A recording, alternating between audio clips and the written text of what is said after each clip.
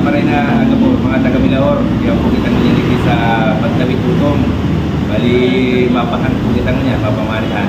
Bago po kita mapamanihan, papamaw po na kita. Ito po niyang pinagkata ni yung sendang pinalas putok-batok for only 75 pesos lang po ini.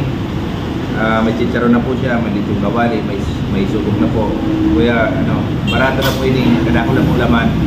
Digdi lang po yan sa Zone 5, San Jose, Milaor, Camarines Sur. Bali, harap lang po ng simbahan ng Milaor. Tapos 500 oh. Luwi-luwi lang po po sis na kadawal kayong customer digdi. Bali lalag ko lang po digdi. Sir aram lang po kaniyo Yan oh. Sir aram po kang mga panangkap. Irin na lang po. Madyan na po kamo ito sa Pantawid Gutom. Digdi lang po yan sa Zone 5, Milaor, Barangay Zone 5, San Jose, Milaor, Camarines Sur. Tapat lang po kang simbahan. Pairenutan na lang po ini, pairenutan.